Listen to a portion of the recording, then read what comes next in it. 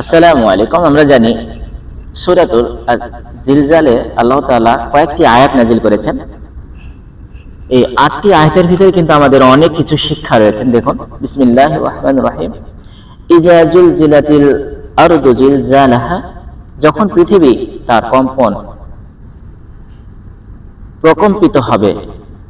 তার মানে কিয়ামতের বর্ণনা এই সূরাটির ভিতরে আল্লাহ তাআলা করেছেন। এবং তারপরে আয়াতটি বলেছেন ওয়া আখরাজাতিল আরদু আসকালাহা, যখন সে তার বোঝা বের করে দিবে। তার মানে একদিন আসবে এই পৃথিবী যত কিছু ভর করে রেখেছেন, আমরা যত বাড়ি ঘর আমরা নিজেরা যত কিছু রেখেছেন, সেটি আর পৃথিবী বহন করবেন আল্লাহ তাআলার হুকুমেই।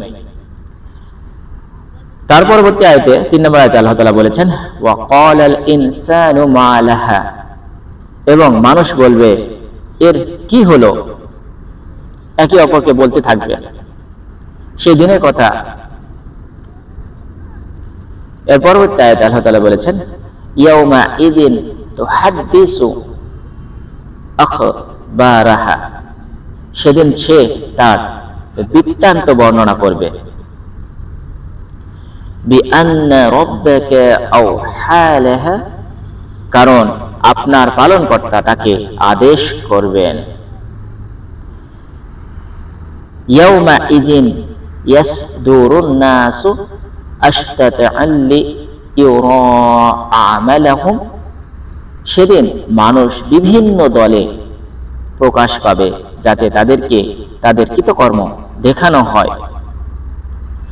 ফামান ইয়া'মাল মিসকালা যাররাতিন খায়রান ইয়ারা, অতঃপর কেউ অনুপরিমাণ সৎকর্ম করলে তা দেখতে পাবে। ওয়ামান ইয়া'মাল মিসকালা যাররাতিন শাররান ইয়ারা, এবং কেউ অনুপরিমাণ অসৎকর্ম করলেও তা দেখতে পাবে। কত বড় ভয়াবহ এই কথাটি আল্লাহ তাআলা এই ছোট্ট সূরাটির ভিতরে যে বর্ণনাটি করেছেন, আমরা এর উপর আমল করতে পারলেই আমাদের সবকিছু সমাধান হয়ে যাবে।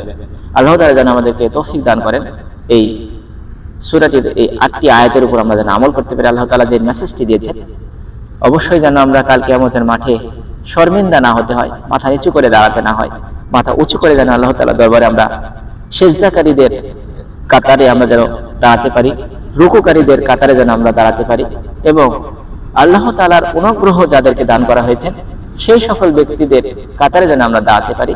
আল্লাহ তাআলা যেন আমাদেরকে সেই তৌফিক দান করেন, সেইভাবে যেন আমরা এই দুনিয়াতে চলতে পারি, এবং এই দুনিয়া এবং আখিরাতকে নিয়ে যেন আমরা এই দুনিয়াতে চিন্তা ভাবনা করতে পারি।